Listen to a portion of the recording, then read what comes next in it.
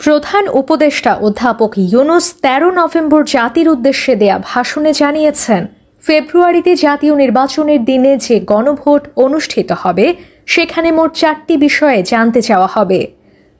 তবে প্রতিটি নিয়ে আলাদাভাবে নয়, হ্যাঁ বা না উত্তর দেওয়ার সুযোগ থাকবে একটি। কেউ যদি ৪টি বিষয়ের ২টি পছন্দ করেন আর ২টি অপছন্দ করেন তাহলে আলাদাভাবে উত্তর দিতে পারবেন না। তাকে হয় সবগুলোতে হ্যাঁ অথবা না বলতে হবে। এই বিষয়টিকে স্বাভাবিক মনে করছেন না আইন বিশেষজ্ঞ এবং অন্যান্য বিশিষ্ট ব্যক্তিরা।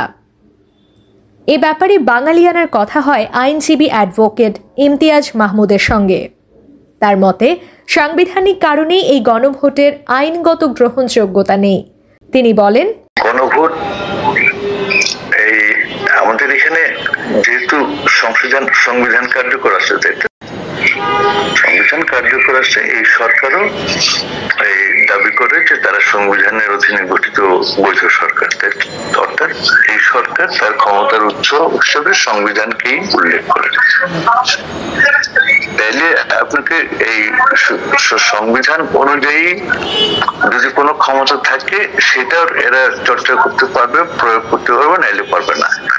তো গণভোটের ব্যাপারটা আমাদের সংবিধানে আগে ছিল, এখন নাই।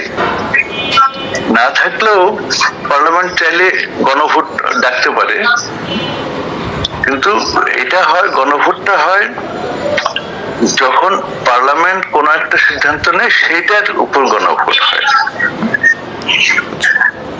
আমি একটা বিষয় নিয়ে তর্ক করলাম আর বলে দিলাম গণভোটে এটার কোনো আইনগত গ্রহণযোগ্যতা নেই।